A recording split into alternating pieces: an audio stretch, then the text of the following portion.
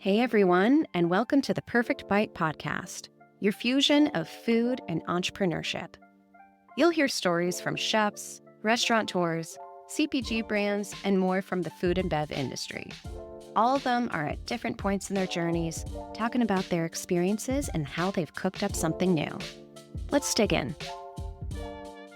Hi everyone, and welcome back to the Perfect Bite podcast. I'm your host, Sarah Perkins. In the realm of the culinary arts, certain rules are meant to be rewritten. In fact, that's when the most exciting and memorable dishes are born. Today's guest brings his heritage to the plate and lets Chicago know that there are many ways to enjoy Indian cuisine, including as a 7-course tasting menu. And despite being on the best cooking competition show there is, it's true in my opinion. Yeah. One of the best, yes. Your specialty really is collaboration, teaming up with chefs from different backgrounds to create new fusion concepts throughout the city. Please welcome chef and owner of Lilac Tiger, Coach House, Mirra, and Sarima Café, Zubair Mohajir. Thank you so much for having me. I appreciate it. I'm so happy to see you. Thank you so much for taking time this morning. I know you're like running all over. You were just telling me before we officially hit record that you've been to Portugal and you've had a whirlwind year, just to say the least. It feels like it, but it is such a blessing to be able to say that you have a whirlwind of a year doing something that you love. You know, I feel like a lot of other people right now could say completely otherwise. And so I think just to be able to do what we love to do and be able to work with the people that we work and have family around you while you're doing it, I think we don't count those blessings enough. So it's important to do that.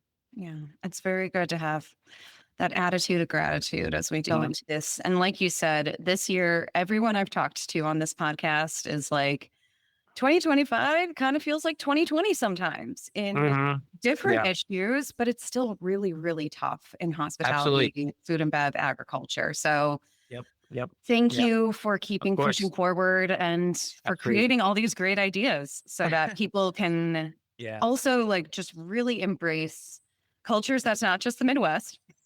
Exactly. Yeah. I mean, not only Midwest. And so this is Midwest.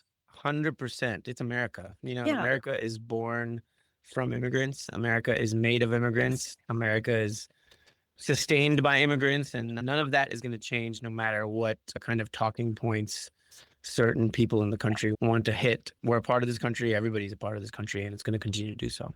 Yes, absolutely. And I appreciate that Chicago, even though I moved last year, it's still my hometown, and that the usual, city of big shoulders said, no way. Don't you think you're coming for us? Because we're not. Come try. Let's see what happens. Yeah. And then we'll go eat a nice slice after together. 100%. Yeah. Well, I bet those guys would eat deep dish though. You know what I'm saying?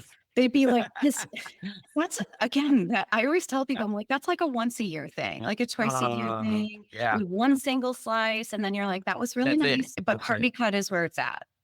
For sure. Absolutely. Yeah. For sure. Yeah. Has to be. So I always do love to take all the way back to the beginning. Tell us when you first fell in love with food, those favorite foods as a kid, really what eating was like growing up in your house. 100%. So I was born in Chennai, India, which is the southern tip of India. I would say that's the best food in India right now. You know what I mean? It's just really great. I don't know. I feel like we're coming out of butter chicken world at the moment, so everybody's getting to realize that India is very, very vibrant, and they have been for a while, but it's really now at the forefront, which is really cool. But my beginnings were, my grandmother is probably the cook of the family, my maternal grandmother. And so my mom is also an amazing cook. So now it's like my mom has taken that title from her for the past like 50 years. But I would say we lost her just recently in 2021. And it was all natural causes. She was complaining about being around when all her peeps were gone. She was one of those from that generation. She's like, I'm bored, dude. I'm ready to see God, And we're like, we don't want you to go see God yet. You know what I mean? So she was a character and like such a strong woman, to say the least. But one of the few memories I have growing up in Chennai is like whenever you're tall enough to look over the dining table, but you're not actually have like an overview of it, and just wondering, I'm like, there's a lot of food on this table, and no matter what age you were, you had to wake up for breakfast. Everybody had to have breakfast together. It was like 6:30, 7 in the morning.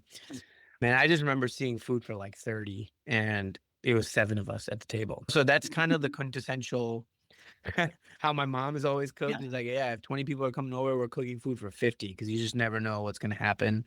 So at a very early age, I was just engaged in this family dynamic where even when I got married to my wife, and she's from Pakistan, and Pakistanis also love food, but she would be like, yo, you guys are at breakfast talking about what you're going to have for lunch. You're at lunch talking about what you're going to do for dinner. Like, there's no like community conversations or how are you doing conversations or mental health conversations. It's what are we going to What are eat we eating? next? Yeah. So you don't realize that growing up as a kid, but then you realize that food becomes a comforter, food becomes a stress mechanism, food becomes basically the what you reach for. And I still do this now. You know, if I'm getting stressed out or if I'm like working my ass off or something like that, it's those little moments I find if I'm at Jungbu Market. Now I'll be like, oh, I'll go grab that. I'll go grab that ingredient we need because I know I can go in the back of Jungbu and sit down 15 minutes, turn my phone off and just eat a bowl of this Korean stew that this woman is making in the back. So it's like food becomes this relief, even if it's 5-10 minutes. So for me growing up, that was it. It's like the whole family is about food. Everything we think about now is about food. So that's where I fell in love with it. You know, growing up, when we moved to America, it was to Frankfurt, Illinois, which I think people still in Chicagoland are like Frankfurt, Germany. And I'm like, Right. I'm trying to there's think like whole where in the state it is. Frankfurt, Illinois is basically southwest suburbs. It's by Orland Park, Tinley Park, New Lenox. You know, it's like by normal It's like places. outside the city. Yeah. For some reason, nobody knows Frankfurt. And so, I mean, it's cool. It's not that cool, but Frankfurt is cool. It's a great place to raise your kids now. It's way more diverse. But when we moved in, it was like my high school was like 98.6% Caucasian. So it was a challenge to be 1997, the only brown representative you have in the media is Apu from Simpsons, and like you're the one brown kid or one Indian kid in school. There was one Asian dude, an African American kid, and that's it. That was us. That was the diversity of the school at the time, which is I wouldn't change a thing about it. It was one of the best experiences of my life. I think coming in, it was just wild because you're this now all of a sudden in America and you're surrounded by people you've never seen before, and it's like going through that as a kid, what makes you comfortable is food. And so like mom would always make the things we made back home. So that was that one part as the story of every immigrant story. Like it's, you know, making your food when you've moved away from home is what reminds you of home. And I think that's always been the case in my family. And my mom started catering. And so she's South Asian. So she doesn't want her house to fucking smell like food, right? So me and my dad had to basically build her a kitchenette in the garage in Oh my Frankfurt God. so she could cook in the garage so her house didn't smell like food. And so Saturday mornings was like, hey, Zubair, come to the garage. And I'm just like, okay, cool. And I'm just like prep cook basically in 8th grade and junior high and freshman year of high school and things like that throughout basically in this hot boxing garage making like biryani for 200 people. And I would just be watching her. I would be watching her do everything. It would be chaotic as hell, but it was just like, it felt right to help her. And of course, like she didn't ask my sister because she knew my sister hated that shit, but I didn't mind it. You know what I mean? So I think those were the seeds that kind of were planted, but like classic any immigrant household, they don't want us to work, which I never get. They don't want us to work as hard as they did. But I'm just like, nah, you should want to promote hard work ethic, right? And because that's what we got from them. That's what we learned and absorbed from them. Yes. So for me, it was we were pushed into, hey, you got to do something professional, of course. You got to try to be a doctor, try to be an engineer. Entrepreneurialism isn't professional, even though she was your first example. Exactly. Yeah. Entrepreneurialism was not it. It's like, it's too hard. Don't do it. Oh, it's too much risk. Don't do it. And it's not because of them. It's our whole cultural dynamic is like that, right? Sometimes you're just afraid as immigrants to take chances and to take these things because you may be surrounded by family members who are not entrepreneurial and they mean well, but they're like, hey, it's too hard. You know, there's all these other easy things you can do, or not exactly easy. Becoming a doctor is not easy. You know what I mean? But that's like, hey, study, give us a book. We'll go for it. And I think I laugh at that all the time because I'm like, yeah, sure. I know so many cousins. I'm probably the only one in my family who's not like, has like more than one degree. You know what I mean? So it's like everybody's a dentist. Everybody's doing whatever. And it's great. But man, you put them in a kitchen, they look like nothing. You know what I mean? So it's like we all have our places in life. And I am somebody I realized growing up that I was just like, I never belonged in a classroom or I never belonged in a traditional way of learning. I was always very hands-on, but it's like it takes time in life to be able to come around to actually being able to thrive in a spot like that. And I think even though cooking was installed at a very young age, I still went to DePaul to be a finance dude and like worked in finance for years. And I So you're hated it. finance pro. Hated it. Yeah, absolutely finance, bro. The most materialistic people on earth Yeah. to spend everything on clothes and watches and shoes and suits and all those things. And like 2008 comes around and I was walked out of my job Yeah. and it was one of the best days of my life. I was elated You that were I like, was I walked out of my finally, job. Yeah. you're like, this is the moment. So happy. Yeah. Wow. Because it was like a relief. It was like a weight lifted off, you know. And I felt sad for the people that are on me because I was like, I always joke. I was like, I saw grown ass men like crying on LaSalle Street. Like that was their life. They were walked out of Bear Stearns or whatever. And it's like things like that happen. And for me, that moment was I don't know. I'm weird. If I feel something and I feel it pretty strongly, I get into this tunnel vision of where I don't really care what anybody else thinks about it. I'll just do it for my own satisfaction of not, my only regret I'll ever have is not exploring that feeling when it comes to Yes. anything. Right. And so I don't know why. I don't understand why I grew up like that. Maybe it's because of the households of like, you know, being, you have to do this way, this way, this way. And my mind is always like, well, what if you did it that way? And then what if you did it this way? Your gut was it really, you're actually doing things the way I wish other people were doing it, which is following your gut versus the quote unquote set rules that are out there, because Yeah. it can feel like a really lonely path. That's for Mhm. sure. But if Mhm. your intuition and your gut is telling you that a certain way is the right way to go, look at where it's led you. I mean, so 100%. we're Yeah. 17 years later.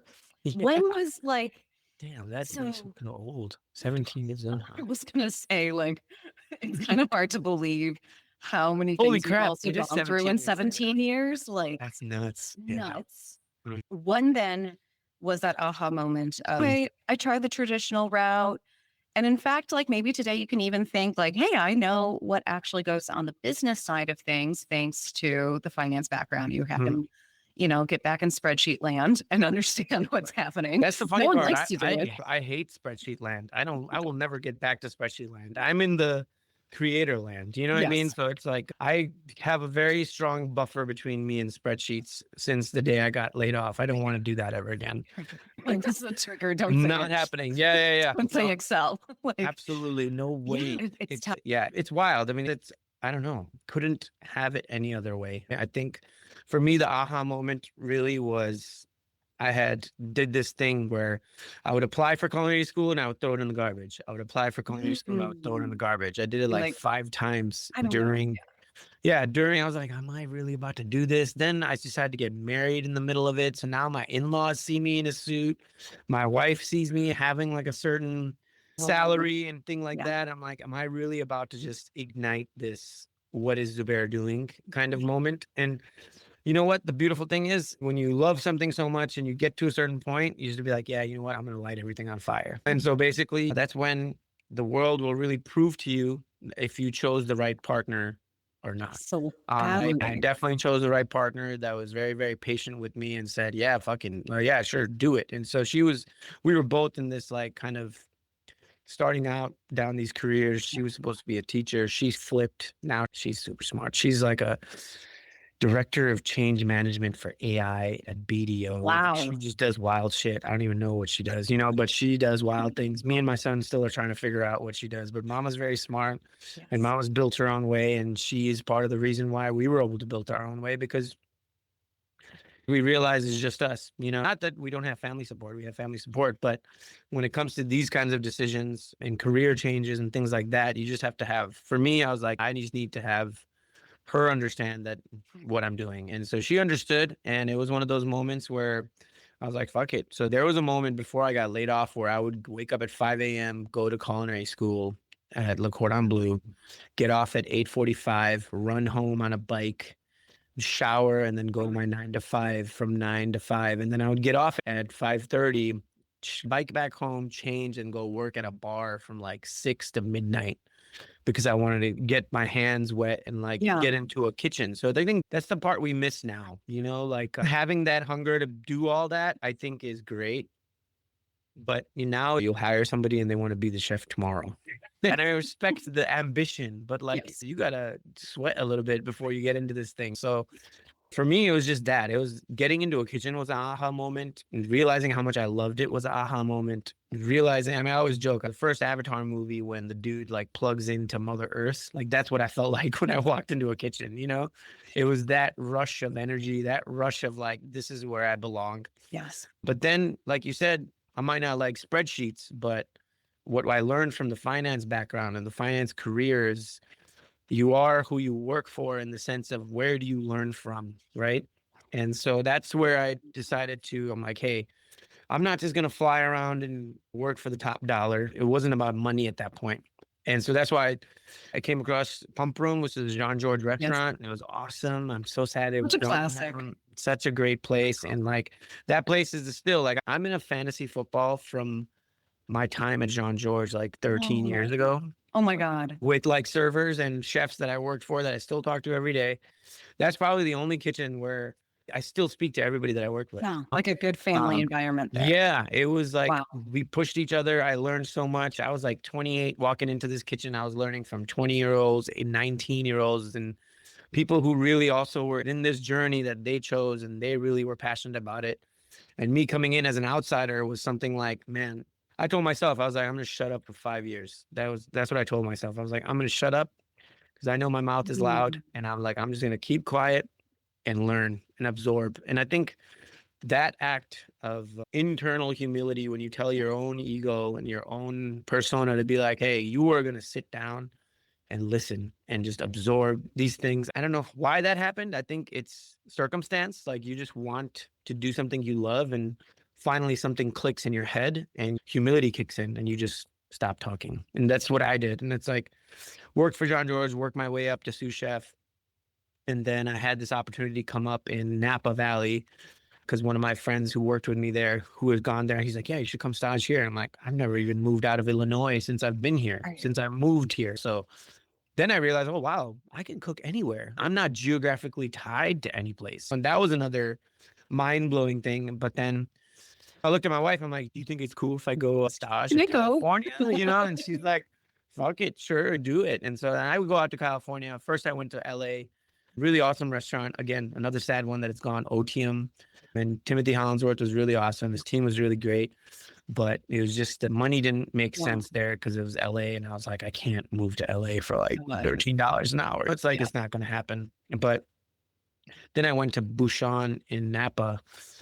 And I don't know if you've been to Napa, right? Yes. I'm going to go to Sonoma actually again in a few weeks because I also escaped Illinois for school and the Bay Area.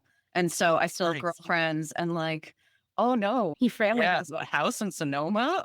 Oh, okay. I guess I'll fly. Oh man. So I'm sure you remember a turn you make from going into 29, right? From the main highway and you actually start to enter Napa. Yes. When that was happening, I felt like I was in Narnia. You know what I mean? You know, you see the mountains, you see the green, you see the vineyards, and I'm like, where the hell am I? And it was just a mind fuck for 2 days where I was just like, they would show me the French Laundry Garden. They would show me like, this is where this comes from. You're picking this from, hey, go pick this from there. And I'm like, what the hell is going on? I think one of the funniest stories I ever said, like somebody was like, go grab the rosemary right now. And my ass ran into the walk-in looking for rosemary. And I'm like, I don't see rosemary here, man. I know I got eyes. I'm good. Like I've been working for 4 years. Like I'm not the cook that runs in, can't see shit. I'm not blind.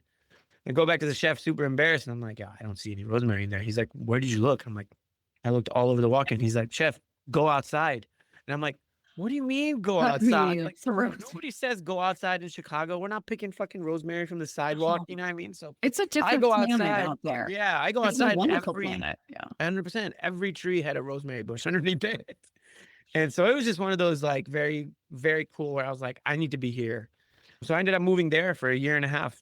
Wow. And just, you know, that was an amazing experience. And then something again, it's like getting out of your system and getting out of your comfort zone. Being in Napa was really cool. And I think I was working brunch one day. And I think one of the wildest things in my life for sure was this is when Chef's Table came out. And so at this point, I'm just still like an Indian cook in a French kitchen and cooking other people's stuff, which is amazing. I was learning a lot. But you start to notice things in the French kitchen. It's like, oh, what is Vaduvan curry? And you're like, I'm like, that sounds Indian. They're like, oh, that's French. And I'm like, it's not French, bro. You know what I mean? So We're like, you no, may think like, it what are you is. talking about? Yeah, I made family meal at Bouchon. I remember I made a cauldron of like karahi chicken, which is like this really awesome saucy dish, and it blew everybody's mind because it was just they've never had food like that Right. before. So it starts to kind of make your own food important because we never saw it as important because we saw it as family style food or we saw Right. it as food that we eat at home. So then I'm watching Chef's Table, completely unaware of what I'm about to see. And the second episode is Gaggan. And I'm just like, what the hell is this? And so I sat there for like that whole episode. I just did not speak and absorbed. And it was one of the wildest things because I was just like, I'm going to hit this guy up. You know what I mean? Because in his story, Gaggan, obviously, Gaggan. At the time, it was #1 restaurant in Asia, #4 in the world. It was the only Indian tasting menu, 25 courses, all this crazy shit that I'm seeing in front of my eyes. So And I'm like, beautiful. I didn't realize people were doing that as a cook. Yeah. And so in his story, he writes a letter to Farhan Adria to work at El Bui. And so my ass was like, nobody writes letters anymore, but I can shoot an email. Yes. And You I can put my fish heart on. out. Yeah. So I poured my heart out into an email, just send it through. Don't even think about it. And then, 8 months go by. Me and my wife are pregnant with our son. A big Napa fire happens that evacuates us from our apartment. And so it was one of those moments where I had no plans of coming back to Chicago ever. I was gone. And I was like, I'm in California pursuing this thing. And then all of a sudden a baby and a fire kind of just brings us back to Chicago. And I didn't want to be an absent dad. I really did not want to do that. And I knew coming back, and I had a couple of interviews in big restaurant groups here. And I was like, if I take this, I'm going to be 100 hours a week. My kid's going to come. I'm not going to be here. And so very naively, I pull out my, every chef has a black notebook, right? That we write our ideas in whenever we're in the back on break or like right before we go into work or whatever. And the idea in that book was Wazwan. And so Wazwan was something that I was just taking notes about while I was working for 5 years, kind of computing what I would eventually do on my own. Yes. But having a baby and moving back to Chicago triggered, hey, you're going to have to create this thing now to create more time as a father. Wow. And so that's how all this started. It was to be with my son and to be with my family and to be able to give my wife whatever I could in raising a human being. And so I started this supper club called Wazwan Supper Club in 2017. And it was just a weekend. So I was able to, hang out with him and take care of him during the week. But then that just slowly started to snowball and gain momentum. Ashok wrote about us.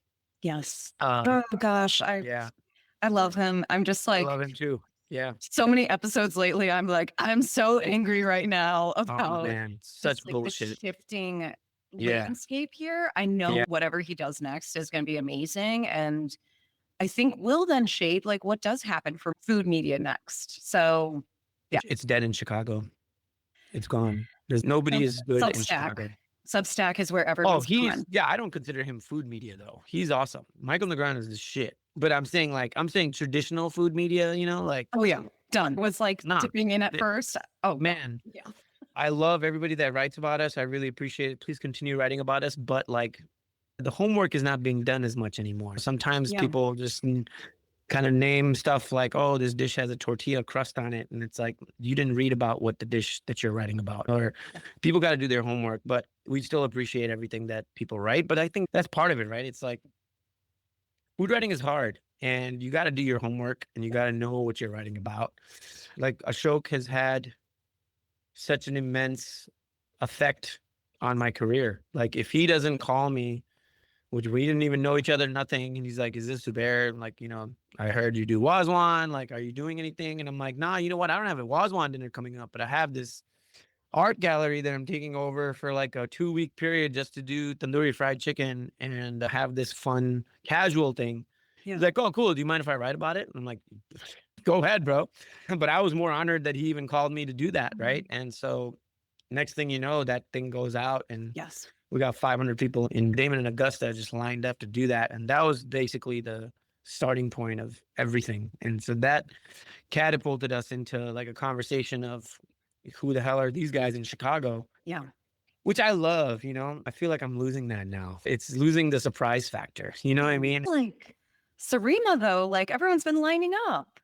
No. I'm saying being an underdog and Ah, being somebody that, that you early. catch people by surprise. That's such a fun thing to do, And I think I missed that feeling. Like, I mean, yeah, we felt that with Sarima, now about what cool things can we do to bring communities together. So with Sarima, it was, I'm Muslim and I'm always laughing because my family will make fun of me too. Because I'll just be like, yo, man, I know we don't eat pork, but like bacon smells pretty fucking good. You know what I mean? And, It really pepperoni does. smells pretty freaking good. All this smells pretty good. Serrano, Iberico ham looks awesome. Have not had any of it. But we always this joke is like, hey, Zubair's always like trying to create things that can get him closer to pork. And I'm like, no, it's not that. It's like basically, how can we get the halal community to enjoy some of the things Mm, without having to do yeah, it with pork, And so that's why things like doing halal beef bacon that we did ourselves in Wazwan, I would feed all something. my white friends that, and I'd be like, what is that? And he's like, bacon. And I'm like, pork bacon? What? He's like, yeah, bacon. I'm like, nope, that's halal freaking beef, bro. So it's like tocino is a very awesome, pork and bacon sausage. And so Chef Jacob, who is my CDC at Lilac and Coach House, and then helped create Sarima, it was basically me and him having this conversation at Coach House. Maybe we should do like Indian Filipino cafe. This was like 3 months ago. Oh my We're God. like, yeah, bucket, let's do it. That soon? Absolutely. Yeah. We don't plan shit for a year. That's not how I work. It's like, we want to You do found a something. We go out, space and found did a it. And it's so space. beautiful. Oh, thank you. I appreciate it. It's like simple, Hassan, who's basically sharing our space there, he does salt. And so they have a really beautiful design at salt. And so it's like, if we wanted to not have the spaces clash, but be one cohesive space. I like that. And Beard Papas was in that space before, and then we Yes. vacated. So Hassan was like, hey, we have this space next to us if you want to come through. And I'm like, yeah, absolutely. Let's do it. And so I think, I don't know, man. It's one of those things. It's like, the universe is going to bring you spots. The universe is going to bring you opportunities. You have to be able to jump on those opportunities. And yes, it's scary, but when you have the right people around you, it doesn't feel as scary. We found Rima having dinner at Marisco San Pedro. Oh my And gosh. desserts came out, and I'm like, yo, these desserts are fire. And so we met Rima, and I'm like, mental. It's kind of like, You're like, this "Come person, on, this come on." this person's awesome. You vlogged that person's awesome. And then when this Sarima thing came about, I told Jacob, I'm like, there's one phone call we're gonna make. That's it. We're not scouting, we're not interviewing anything. We call Rima, talk to Rima about it, and we just gelled really well. She's awesome. She's amazing. I celebrated her 30th birthday yesterday.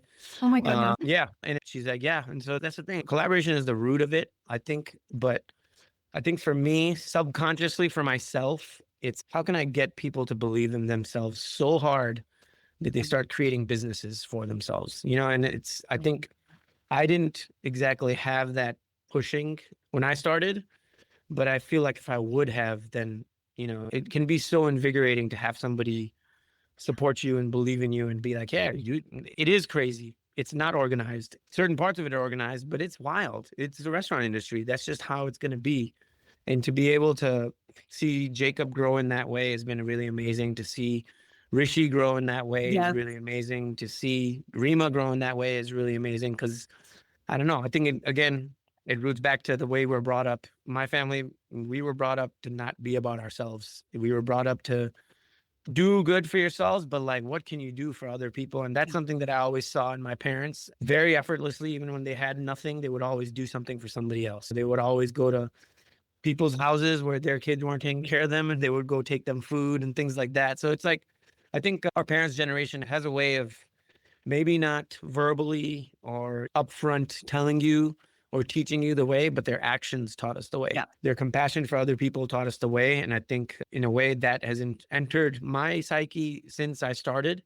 And so it's always been about, of course, growing for myself, because I don't think I was here in the first wing of it, because you're trying to figure it out. Yes. Once you start to figure it out and you have these good people around you, man, it's like the best thing we can do is to watch them grow. And it really feels cool to not be on the line everywhere and be able to be like, oh, this is cool. Like, I don't have to fucking lift everything, and it's okay to give yourself that grace from time to time.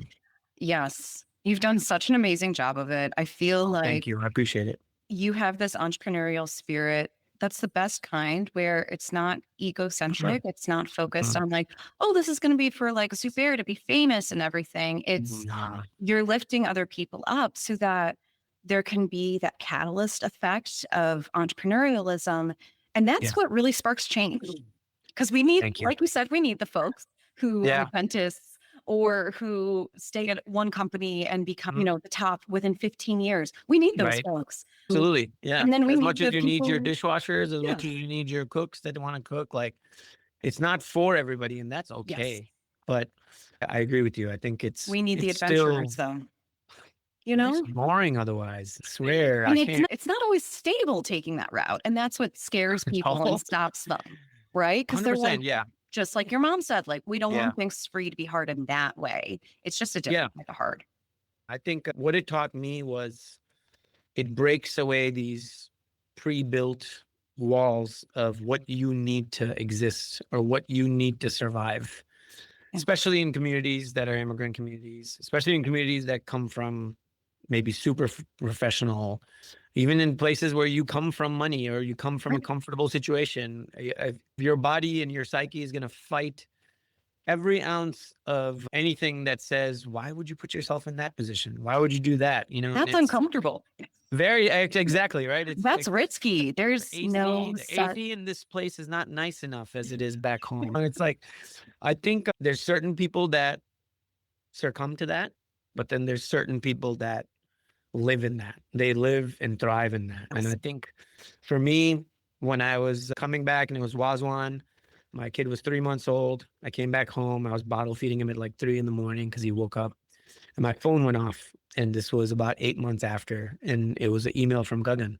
And it was an email saying, hey, we have a spot remaining on this externship. If you could come out in July, that would be amazing. This was 2018. Oh my God. And I'm like looking around my house and like I'm at my mom's house at the time. And I'm just like 4 a.m. Nobody's up. Nobody's up. And my heart's beating so fast. I'm like, dude, this motherfucker actually responded. And so it was just like, and I talked to my wife the next day. She's like, yeah, you got to go.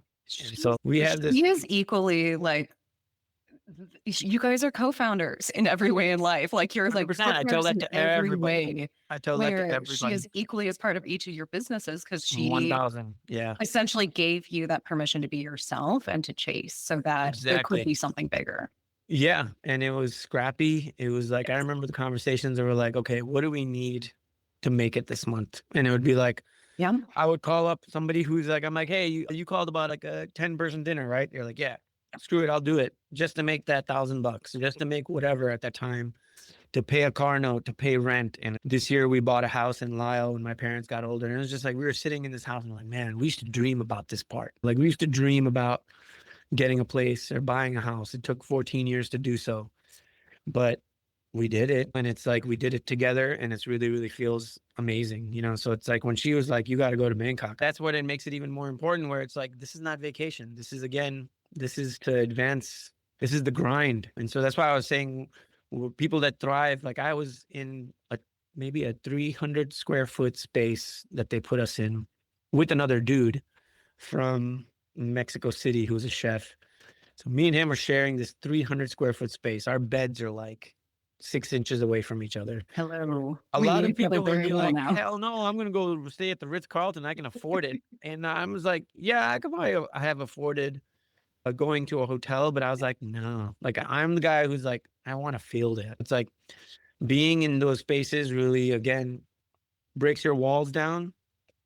And cooking for me introduced me to so many people in so many ways of life, walks of life, where it really instilled that gratefulness. That's where the humility comes from. It's humility comes from seeing how hard other people have it still and how hard people will continue to have it.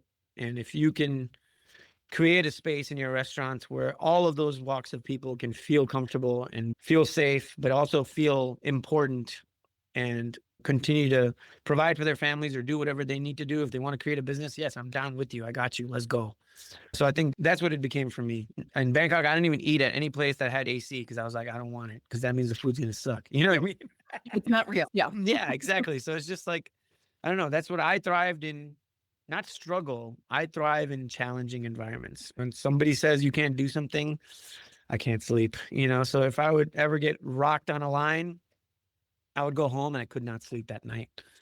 because I got rocked on the line. I was like, I need to go back tomorrow. I'll show up an hour or whatever early to prove to myself and prove to everybody else, but really prove to myself that I can do that. Yes. Yeah. So you love breaking down walls. Like it's clear Mhm. you love to like take rules and push them to the side.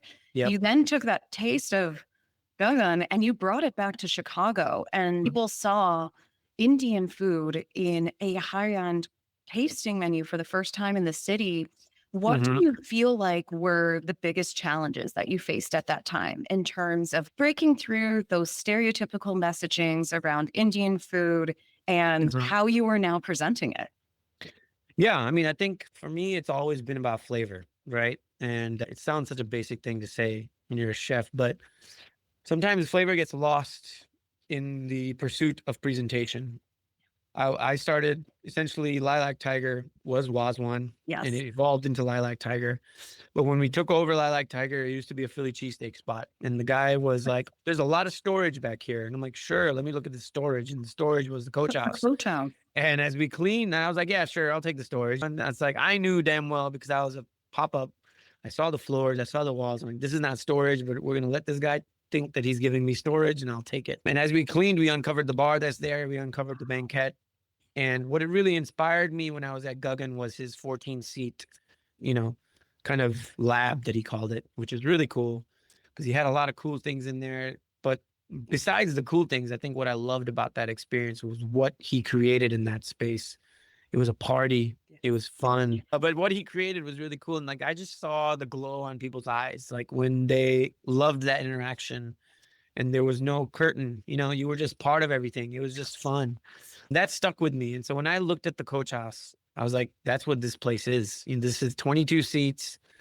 Granted, there's no kitchen, but he did it with no kitchen there too. It was like induction burners and like, and I was just like, I could do that. And so when we're full, we do 44 seats in the coach house, 2 seatings. That's about 300 some plates. And we do it all out of 1 electrical oven and 2 induction burners. That's it. And Incredible. so it's basically your every move. It's not that we script it, but it's the way we do it.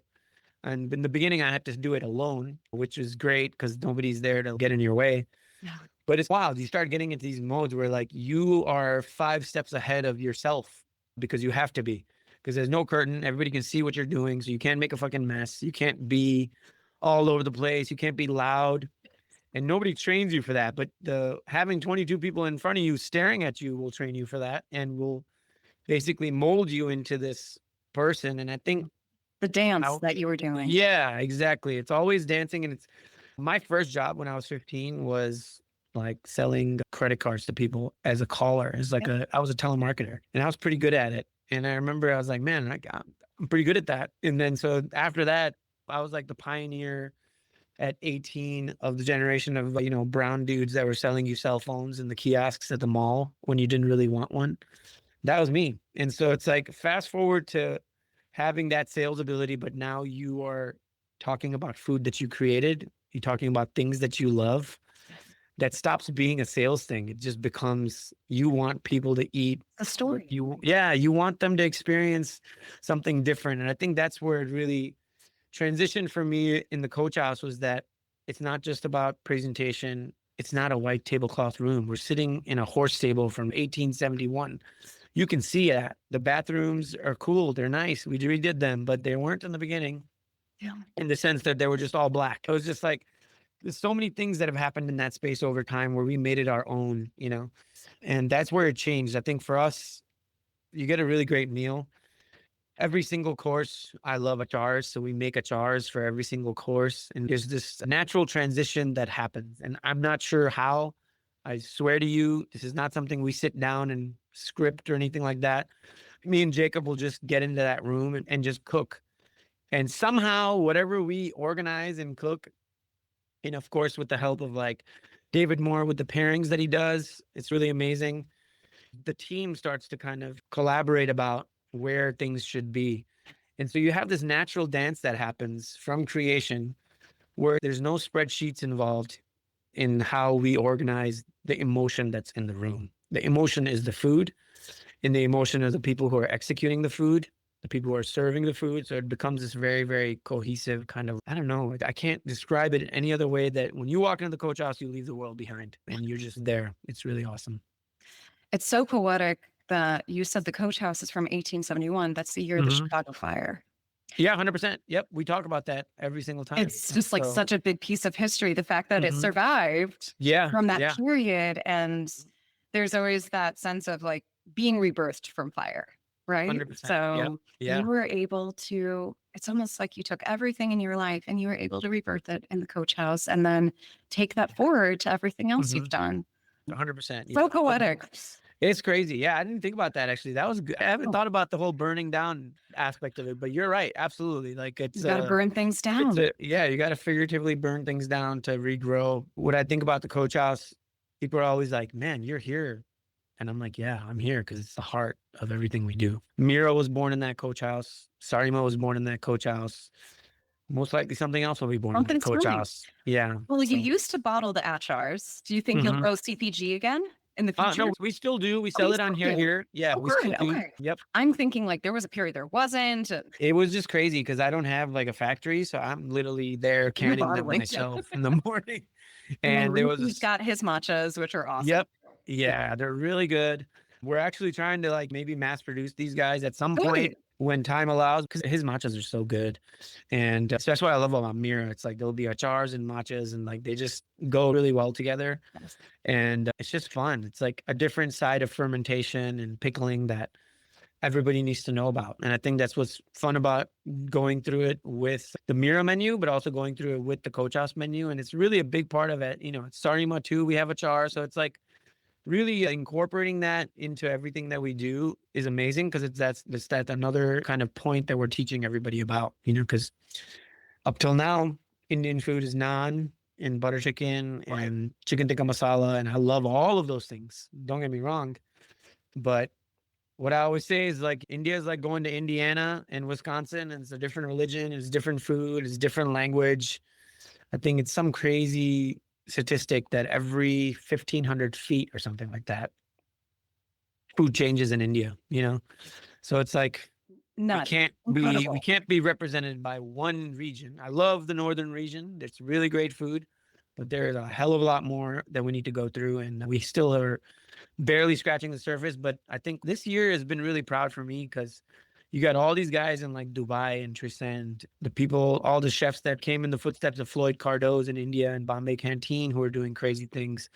Dishoom sold for like $700 million to coming over here. Private. Yeah.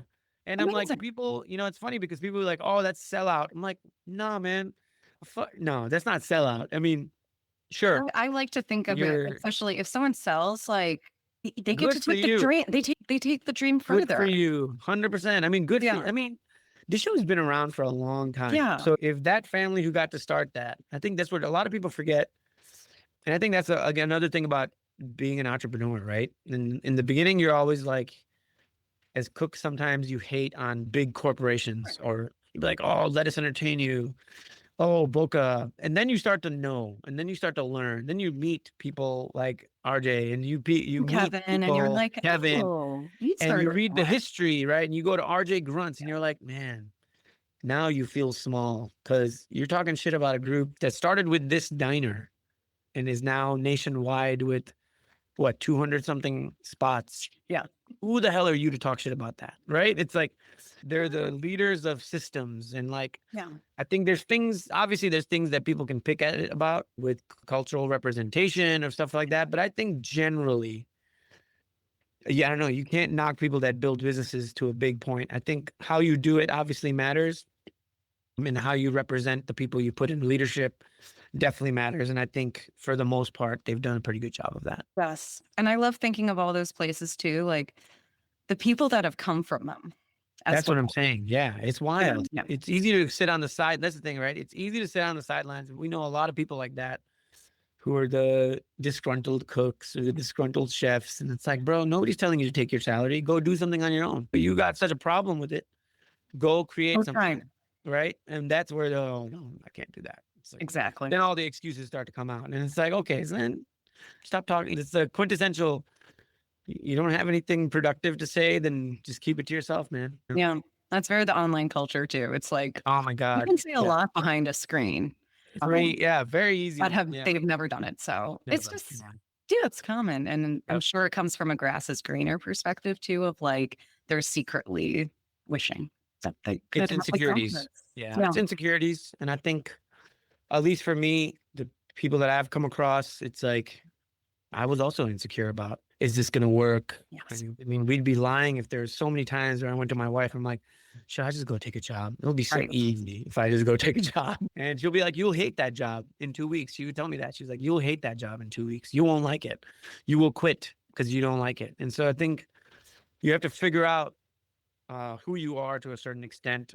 And sometimes life will help you figure that out. And for me, I figured out that I like sitting here talking to you at 10 o'clock in the morning and not having anybody to report to. And it took some time to get here, but that's the fruits of your labor. If you want to hang out with your son, I get to go and I will hang out with my son if I want to. And it's like having that freedom that's what is understated about doing what you love, and all the hard days and everything.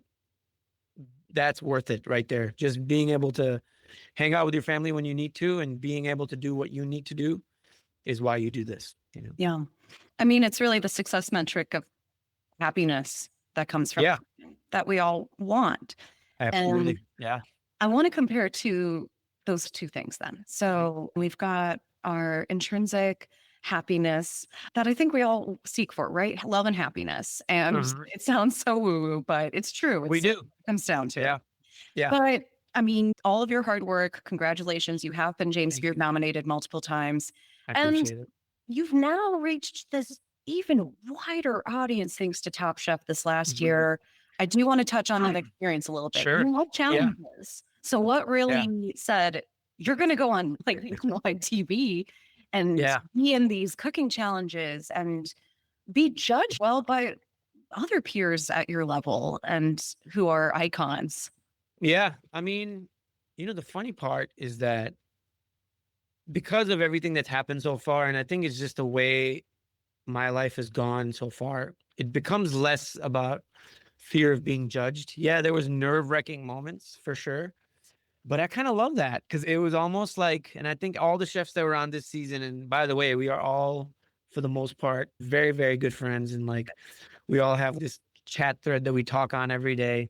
But I think what everybody will tell you is that that experience and that pressure and the nervousness, it really activated in a lot of us something we hadn't felt in a long time. And so it's that really amazing vacuum of just being able to be creative and having fun cooking and not worrying about labor models and not worrying about if the rent is going to be paid. Did we pay that purveyor? That was the biggest gift of Top Chef. The biggest gift of Top Chef was being off grid and being able to just, oh yeah, we love to cook, right? And yes, you got your TV stuff and you're being wrangled around and stuff like that, but you're being wrangled around with people that are really talented and really amazing. And so those relationships that we built while we were there were lifetime ones, and I would not trade a thing for it. And it's also, as an entrepreneur, I'm like, for me, I was like, this is the biggest, freest Dark. marketing property I've ever come across, because we never paid for PR coming up, Wazwan, all these articles. Like people are always like, oh, who's your PR company? I'm like, we don't have one. And we were recently engaging with something with Mirra, but like up till now, it's like, it's all been organic. And so for me, it was like, man, I mean, think about how many people watch Top Chef, right? How many people are watching Top Chef wishing they could be chefs, or wishing they would have followed their dream to cook, wishing they could have did something different in their life. And I think for me personally, I was the representative of that. If somebody even from watching the story was like, hey man, if this goofy ass dude was able to do this, why not me? And I think that was my biggest thing. And other than that, it was just, I was going to cook whatever I was going to cook. And it's really hilarious the past year of Chopped, Top Chef, Coach House. The common denominator in all of those has been one ingredient, which is duck, and it's hilarious because it's like, I fucked it up on Top Chef, then I did really great on Chopped. Duck. And before each of those in Coach House, the final course is this duck Numidian, which is inspired by 927-year-old recipe from southern Spain, Wow. pre-Crusade. So it's like duck has been such a big part of my life unintentionally because I'm Indian. Like we don't even eat duck. You know what I'm saying? But there's some duck recipes in South and stuff like that. But generally, we don't consume duck. But I think I laugh at that. You never realize like what one ingredient can mean to you. And in this past year, duck has meant a lot to me. And same with Top Chef. It's like to see Daniel Boulud eat tandoori fried chicken on TV and love it. Oh, Man, cool. just for that, I was like, I'm down to go home right now. Yeah, That was insane. insane. And it was cool to be up there with Cesar because we knew each other during Wazwan days. And so he came out, I think, and helped out at one of the pop-ups. And he leaned in. He's like, this is pretty cool. And so And things like that, man. Bailey, What you was know, that? I'm sorry? and you've got Bailey from Monteverde. Bailey's a badass. Bailey is amazing. We never met until the first day there. So the first episode Amazing. in the car, when she goes, I'm from Chicago. I'm like, what? I'm like, I'm from Chicago. Like, why haven't we met yet? You know? Where are you? Yeah. Yeah. But no, she works at the behemoth that is Monteverde and the best restaurant in Chicago, all of that. Right. And so Sarah's really amazing too. Yes. And it's still things like that where you get to meet people like that. First time I got to even talk to Sarah, talk to Bailey and see how they work. It's like really reminded me of how myself, Jacob, how we all work. And I think it's really cool to see that. Like you always have to have that. What I always tell Jacob, I was like, man, now you got to find your own Jacob. And then we tell one of our junior sous, Angelo, will be like, Angelo, you got to find your own Angelo, bro. You know, so having the likeness and same people that have that work ethic, that's how we keep this thing moving forward.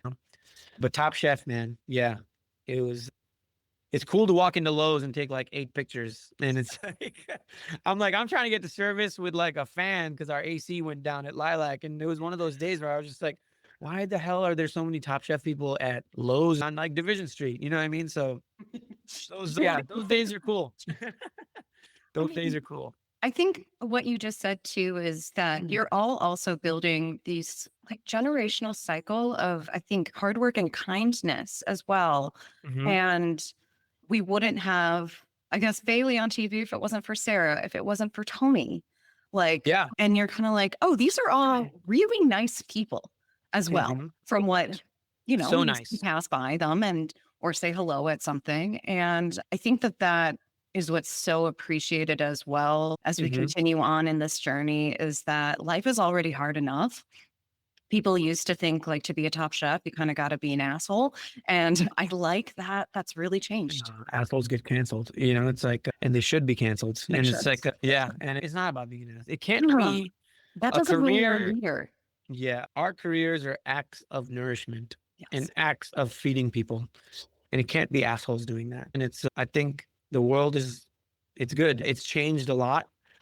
I would say that we're still fighting for balance, right? Like you want to have the balance of work ethic and doing what is needed with kindness. Yes. And it's tough. That's a tough thing to balance. And everybody, I would think, will say that because there's always those like, oh, this is how it used to be when we started. Right. And yeah, sure. There's some positives that came out of those intense environments that we started in, but it also, you know, caused people to derail themselves into drug addiction or alcoholism and depression and all sorts of things. Not that doesn't still exist. Of course, that exists everywhere.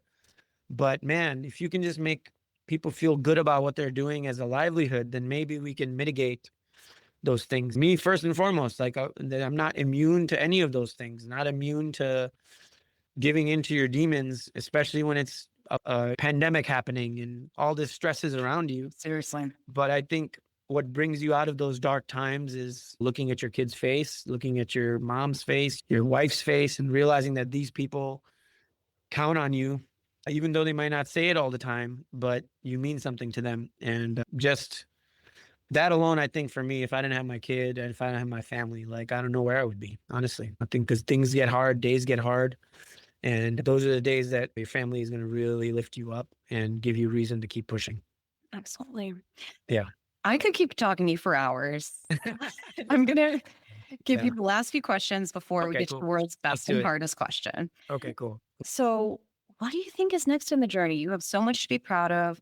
How do you want to grow? Do you think you'll be outside Chicago ever? What do you think is coming up next? I'm not sure. I mean, I think the world is wild right now. So I think as a business owner, not to be cynical, but I'm trying to be a little bit of a cautious to Yeah. see how things roll out. But I would say that's why I would not go outside of the city, because we're built on culture, we're built on experience, and I may not be able to be at Mirra every single night, but that's why I know and I trust that Rishi can do what he needs to do there to execute what we want to execute. And same thing with Sarima. I'm not there every day, but I know that Rima and Jacob are going to be there and do it. And that's why we got them involved. And so it's like having that touch point is very important. Having the people you trust in those positions is very important. So I think I would stay in Chicago, but I don't know, maybe something I see. I want a kitchen. Such a novel idea. Cook wants a kitchen, but we'll see what happens. I'm very impulsive. So you never know. Like 2 weeks from now, I might see a spot and be like, all right, cool. Let's do a restaurant here, And so for right now, we're very happy. I'm very content. I'm happy with the way things are going at Mirra. I'm happy with things. Sarima was such an unexpected, beautiful surprise for this year, even for me. And so it's really great. And of course, the coach house is the continuing heartbeat of it all. But no, I'm just super grateful I get to do this every day. What's your biggest piece of advice you'd give to anyone looking to be an entrepreneur, whether that's in the culinary space or any other industry? Blind faith in yourself. I think the biggest piece of advice is get advice from people, like talk to people you respect, have mentors, sure, but don't execute anything in your life based on somebody else's word. Execute it on your belief, execute it on what you compile from those conversations. But I think that's my biggest advice is listen to yourself first, because a lot of people are not going to be thinking the way you are. A lot of people won't be prepared to take the risk that you might take. And sometimes people like that may walk you off that risk. Sure. They might walk you off that cliff that you're about to jump off of. And I always joke, I'm like, I'm the guy that jumps off of a cliff and figures out how to land on the way down. You know what I mean? And that's what my career has been, is that, oh, we're a chance, boom. Nobody's doing that. I don't, cool, even better, you go for it. And I think that's creating that parachute is experience. That's your experience that you built along the way. And you'll slowly, I don't know how to make this analogy, but like if you don't put yourself in that high pressure, oh my God, got to make this work, and you're not going to find that latch that you built over the years in order to save yourself and basically let you parachute down something that is going to be the most beautiful descent and beautiful view that you could ever imagine. But you never get to see that view. You never get to see that descent if you didn't jump, So I don't know if that made sense. That's but beautiful. Oh, thank you. I Love appreciate that. it. Yeah. Yeah. Well, here we are, Zubair. A little reminder for folks. This is called the perfect bite because it's a perfect bite of the value chain of everyone who brings us amazing businesses across food, but also because we all have our own perfect bite. So a memory, your favorite recipe, just something you ate you'll never forget. So, what is your perfect bite? Man, it's got to go back to mom and grandma. My perfect bite is, 6:55 in the morning. You smell cast iron and you smell the sourness in the air. And that can only mean one thing, and that means a crispy dosa. And my mom makes them every Sunday. Every Sunday is dosa day in our house. She makes her own batter. I think the perfect bite for me is a very crispy dosa with aloo poriyal, which is this like spicy potato mix, with malaga puri, which is a lentil kind of condiment, and a spicy coconut chutney. So you can get all four of those things in that crispy. 8 dosas later, you'll want another one. You know what I mean? Maybe there's enough more. Yeah. When you said perfect bite, that is what comes to mind. And I think, there's no perfect bite more than that. Dosa, malga puri, coconut chutney. And it brought you here today. Yep, absolutely. In the veins. We'll never have a 6-pack because of it, but it's okay. Dosa's liberated. Zubair, this has been incredible. Awesome. Thank you again so much for your time and your advice. Can you let folks know where to find you? So social accounts, websites, and the different venues here. Yeah. So on Instagram, it's Zubair Mohajir. For all of the spots that we are involved in, you can just go to chefzubair.com and it'll have everything there for you. But Mirra for our Indian Mexican spot, Coachos for the heart tasting menu, a Lilac Tiger if you're just trying to have some fun and have some amazing food. Chef Jacob does a great job with that menu. And of course, Sarima for your mornings. But regardless, wherever you find us, just come say hi. And we appreciate all of the support that we've gotten from Chicago up till this point. And restaurants are a way of meeting those supporters. So that's been one of the biggest gifts of all of this, is getting to meet the people that waited in line at Wazwan, getting to meet the people who've been following the journey. And we can't say thank you enough for that. Thank you. Thank you. Thank you again for joining me, everyone. Awesome. Thanks for listening in. This was Zubair Mohajir's Perfect Bite. Thanks for tuning in to The Perfect Bite today. You can listen to future episodes on Apple Podcasts, Spotify, and anywhere else you listen to podcasts. Thanks in advance for subscribing, rating, and reviewing. You can follow The Perfect Bite on social media @PerfectBitePod. Now go get something good to eat.